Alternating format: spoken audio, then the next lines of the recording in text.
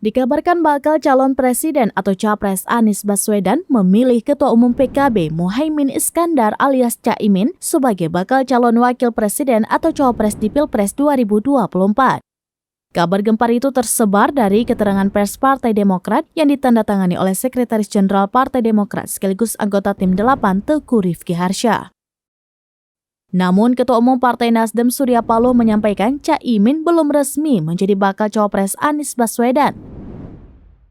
Meski begitu, Surya Paloh mengaku wacana menduetkan Anies Baswedan dan Caimin tidak pernah direncanakan jauh hari sebelumnya.